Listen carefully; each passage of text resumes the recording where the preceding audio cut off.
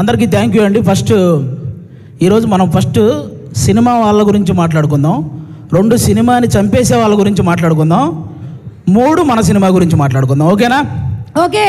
కానీ తెలుగు సినిమా అనగానే ఎక్కడ ఏ ఈవెంట్ జరిగినా ఇలా వచ్చేసే ముందు తెలుగు ఆడియన్స్ అందరికీ కూడా థ్యాంక్ యూ సో మచ్ అండి. ఎందుకంటే తెలుగు సినిమా అంటేనే ఒక ఎమోషన్ అనమాట.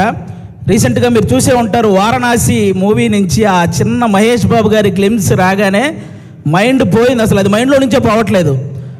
అంటే ఈ దెబ్బతో అవతారు కూడా జై బాబు అనాల్సిందే, అలా ఉందన్నమాట. అది ఆల్మోస్ట్ అంటే తెలుగు సినిమా అనగానే గౌరవంగా నమస్కారం పెట్టేలా చేసింది నందమూరి తారక రామారావు గారు, అక్కినేని నాగేశ్వరరావు గారు. అయితే తెలుగు సినిమా అనగానే గర్వంగా శాల్యూట్ కొట్టేలా చేసింది మెగాస్టార్ చిరంజీవి గారు. అయితే తెలుగు సినిమా అనగానే ప్రపంచంలో మనం ఏ మూలకు వెళ్ళినా నేను తెలుగునిరా అని ధైర్యంగా చెప్పుకునేలా చేసింది మాత్రం ఎస్ఎస్ రాజమౌళి గారండి.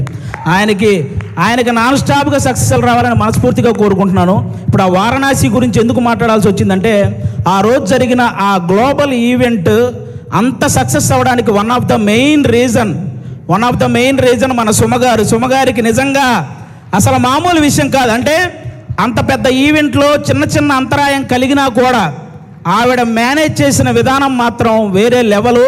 అందుకే సుమగారికి ఒక్కసారి గట్టిగా క్లాప్స్ కొట్టాలి ఆ విషయంలో మాత్రం. అదొక్కటే కాదు,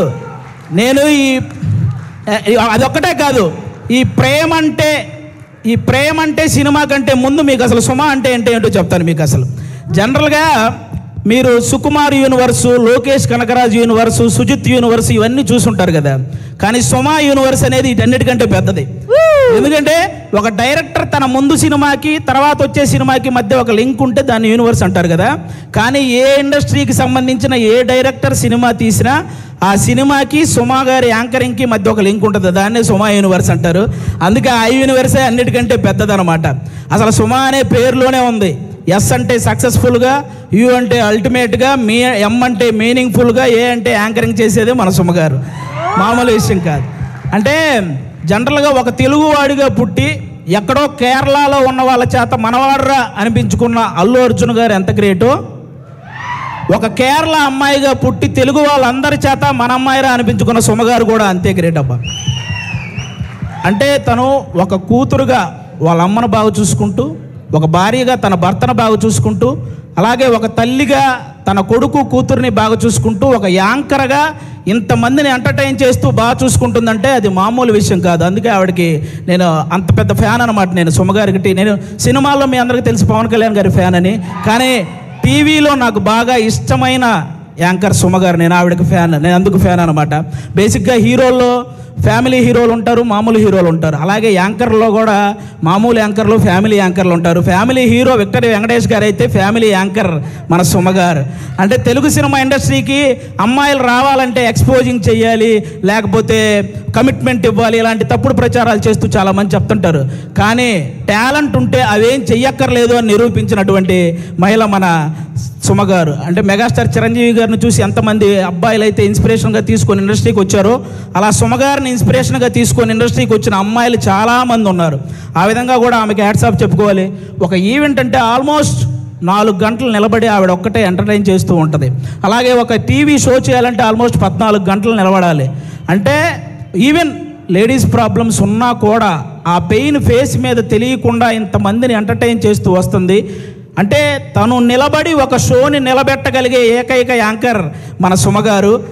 ఆల్మోస్ట్ ఇప్పుడు కాదు, 91లో వచ్చారండి. 91 నుంచి, అంటే 34 సంవత్సరాల నుంచి నాన్ స్టాప్గా మనందరినీ ఎంటర్టైన్ చేస్తూ తన ప్రమోషన్స్తో ఎన్నో సినిమాలను సక్సెస్ చేసిన సుమగారికి కూర్చొని కాదు, ఒక్కసారి అందరూ స్టాండింగ్ ఓవేషన్ ఇచ్చి క్లాప్స్ కొట్టాలని మనస్ఫూర్తిగా కోరుకుంటున్నాను. సీరియస్లీ అసలు అంటే నాకు ఇష్టమైన హీరోలకి, కమెడియన్లకి, డైరెక్టర్లకి, వీళ్ళందరికీ చాలామందికి పద్మశ్రీ అలాగే పద్మభూషణ్ ఇలాంటి అవార్డులు మీరు రావటం చూసారు. అవన్నీ మనకు కూడా చాలా హ్యాపీనెస్ని ఇచ్చాయన్నమాట. తన ప్రొఫెషన్లో ఇంతమందిని ఎంటర్టైన్ చేస్తూ ఇంతమంది చేత ఒక గౌరవం దక్కించుకున్నటువంటి సుమగారికి కూడా అలాంటి అరుదైన గౌరవం దక్కాలని నేను మనస్ఫూర్తిగా కోరుకుంటున్నాను. నిజంగా థ్యాంక్ యూ సో మచ్ సుమగారు.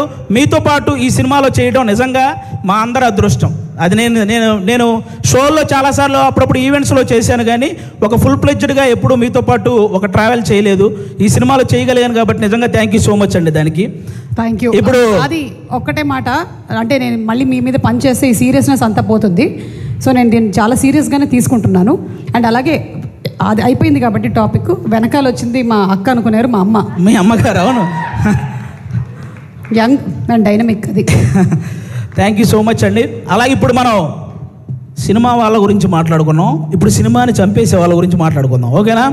బేసిక్గా సినిమా ఇండస్ట్రీలో ఉన్న పెద్ద వాళ్ళందరికీ ఒకే ఒక్క ఇదండి, ఎవరైతే సినిమా ఇండస్ట్రీలో రైటర్స్ ఉంటారో వాళ్ళని మాత్రం ఇంకొంచెం కేరింగ్గా ఇంకొంచెం వాల్యూ ఇవ్వాలని వాళ్ళకి నేను మనస్ఫూర్తిగా కోరుకుంటున్నాను. ఎందుకంటే రైటర్ అంటే వాడు ఇచ్చింది తీసుకుంటూ చెప్పింది రాసుకుంటూ వెళ్ళిపోతాడనే ఒక చిన్న ఆలోచన నుంచి రైటర్ అనేవాడు ఒక్కసారి నాకు ఎందుకులే అనుకుంటే ఇండస్ట్రీలో ఎవ్వరికీ పని ఉండదు అనే ఒక పెద్ద ఆలోచన చేయాలని నేను మనస్ఫూర్తిగా కోరుకుంటున్నాను. ఎందుకంటే సినిమా ఇండస్ట్రీకి రైటర్ అనేవాడే ఒక హార్ట్ లాంటి వాడు. గుండె కొట్టుకోకపోతే ప్రాణం పోద్ది, అలాగే రైటర్ అనేవాడు పెన్ను పట్టుకోకపోతే ఖచ్చితంగా సినిమా పోద్ది.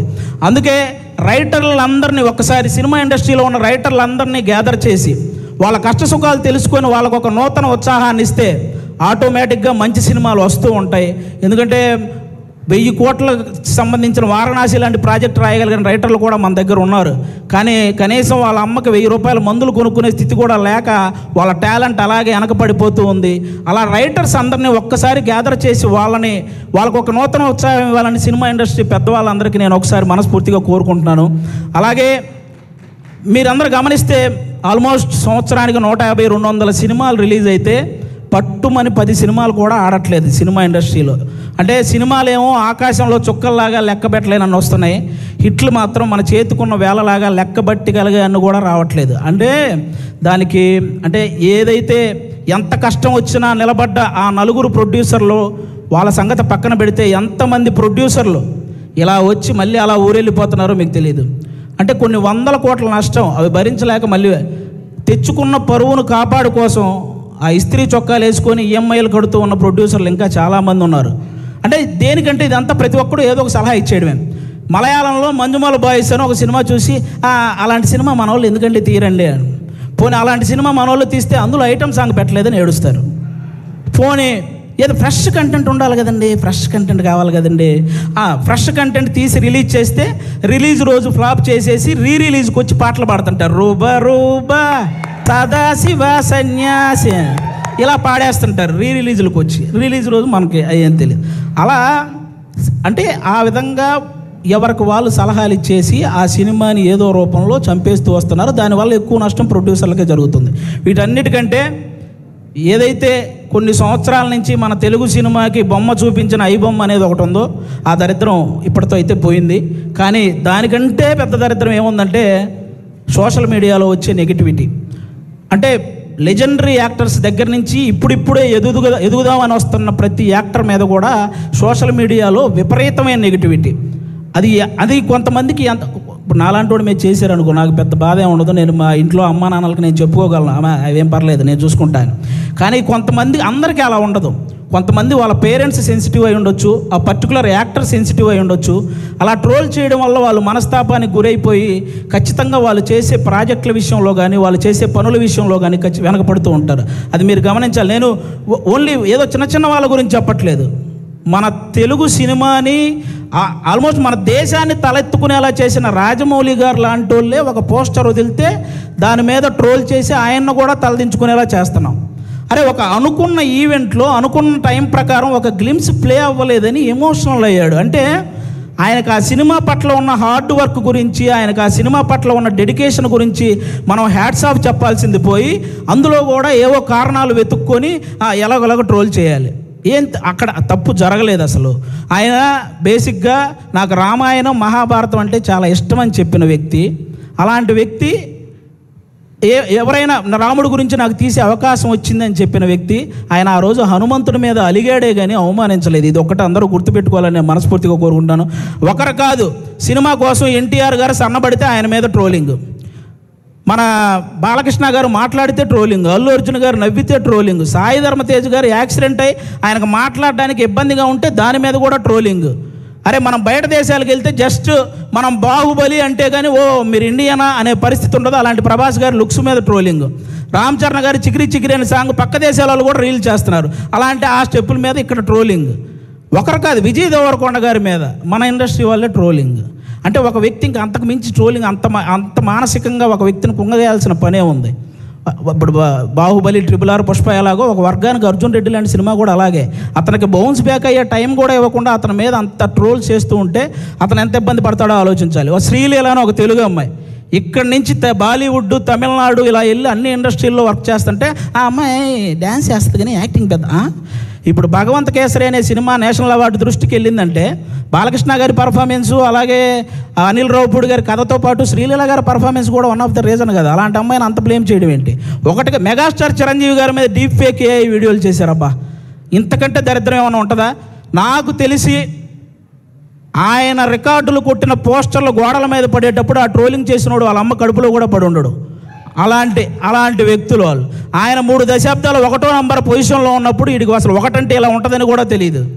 మన తుఫాన్ వచ్చిన ఆయన సినిమాల కోసం మనం పరిగెత్తుకుంటూ వెళ్తున్నప్పుడు వాడికి నడవటం కూడా వచ్చి ఉండదు. అలాంటి వాడు వచ్చి మెగాస్టార్ చిరంజీవి గారి మీద ట్రోల్స్.